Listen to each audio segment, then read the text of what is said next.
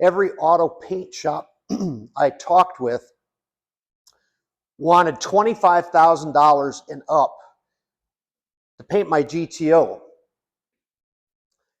I didn't have that kind of money in my budget, so I thought, well, maybe this is something I could do myself. And about halfway through, I had another thought that maybe I had made a really big mistake. When it finally came time in the restoration to paint my GTO, I started visiting local auto paint shops. And I was not prepared for the information that they gave me. Everyone that I talked to wanted $25,000 and even higher to paint the GTO. And since I was not trying to achieve a Concours quality restoration, heck, I was doing it myself, so I knew I wasn't going to achieve a Concours quality restoration anyways. There was no way that I could justify 25 grand or more to paint the car, even if I had the money to do it, which I did not. So at that particular point, I started thinking to myself, you know, maybe this is something I could do myself. I didn't want to do it. I was intimidated by it. But I talked with a few friends who had experience painting cars, and they told me, they said, you know, if you do a base coat, clear coat type of paint job, it is definitely something that you could do yourself. Well, today I'm going to share with you that experience of me painting the GTO. I'm going to share with you some of the lessons I learned, how I went about the process, and some of the really big mistakes that I made that really caused me to think I'm in over my head and this is something that I shouldn't be doing. I would have really liked to have been able to have the car acid dipped or media blasted, but that simply was not in my budget. So instead, I did the best I could, and I decided to block sand the car's existing paint instead. The existing paint of the car was in good condition in most areas. In others, it was not so good. These images are of the trunk lid, and as you can see, the paint was not well adhered to the metal at all. And in cases like this, I did scrape wire brush and sand away all the loose paint back to bare metal and then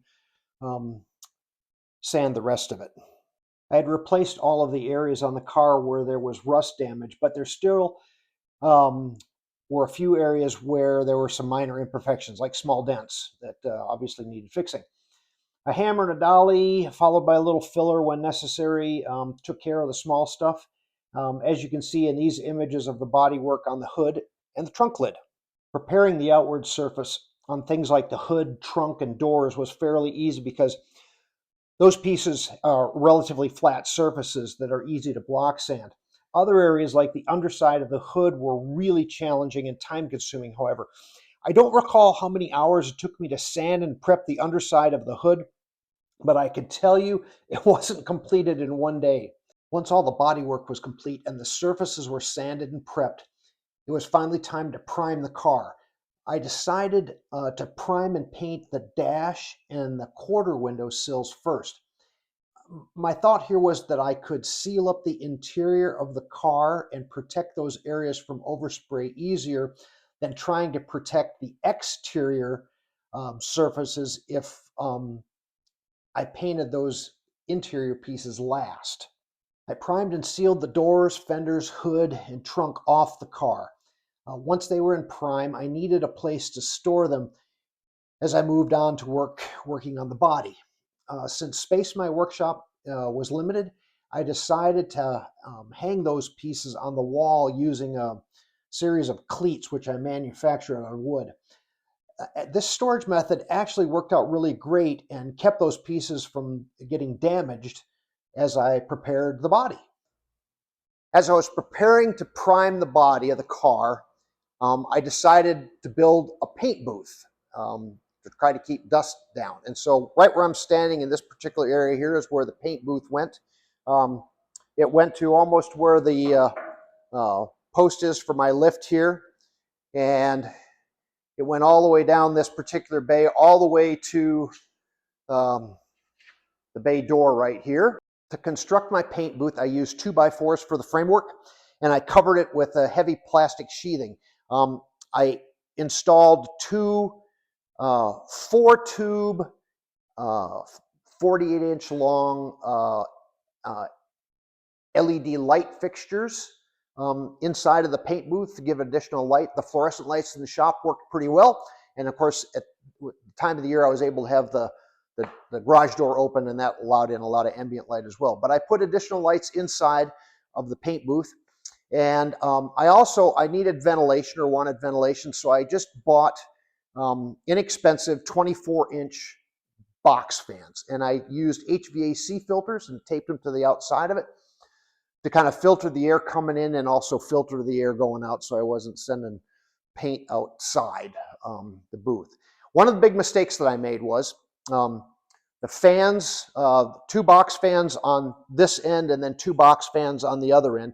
On this end was the air intake side, if you will. And I don't know what made me do this, but I actually put those box fans up high. So they were up at the top of the booth.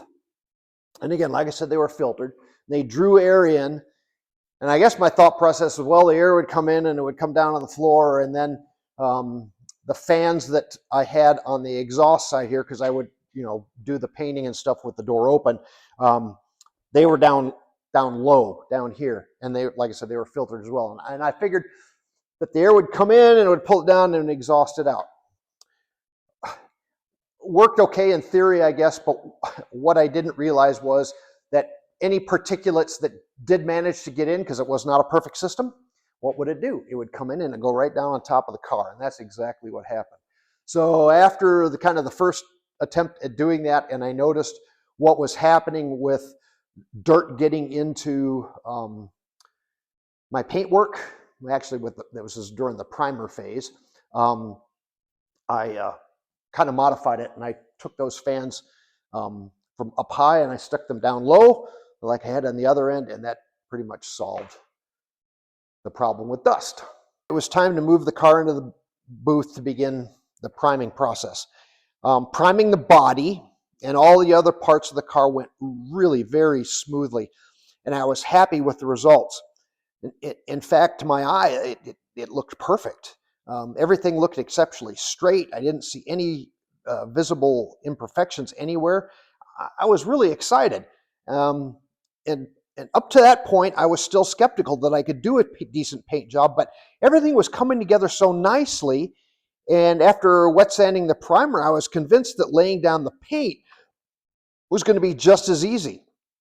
My feelings of elation, however, were very short-lived. When it finally came time to put color on the body, my enthusiasm took a nosedive.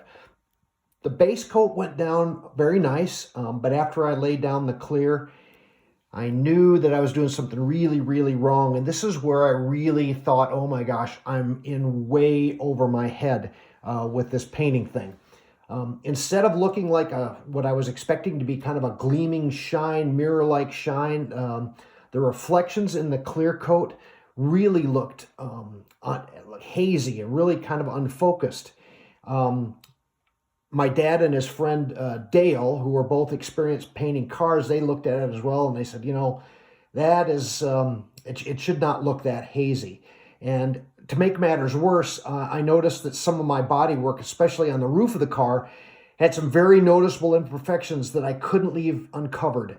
So in addition to the clear being hazy, there was also a lot of orange peel in the clear, and there were a series of small dents in the roof that were not visible until the clear went on. And these were things I had to fix. But as I was scrutinizing this a little bit closer, you can see this right here, this area right here that I just sanded with some 800 grit paper. These are some of the flaws in the roof that I noticed. There's 4 little dimples in the middle of a circular area, which you can see there. I don't know what caused those dimples, and there's some other smaller ones around it. None of those imperfections were visible during the body prep process, the priming process, the sealing process, or when I put down the base coat. Couldn't see any of those things. It was only after I had put down that second layer of clear that they became apparent, and boy, are they apparent.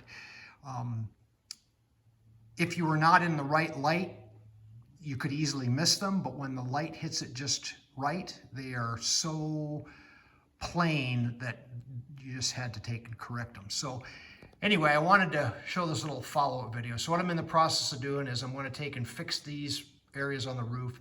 There's 3 other areas of the body on these big giant slab panels that have similar imperfections. I'm going to resand the whole body. I'm going to fix the imperfections, put base coat down where I need to, and then re-clear the whole car. The rest of the car, the doors, fenders, hood, trunk lid, and all the other bits, they turned out great. I did have an issue with fish eyes in the clear when I sprayed the hood, but I ended up wet sanding it and then respraying the clear, and it turned out nearly flawless.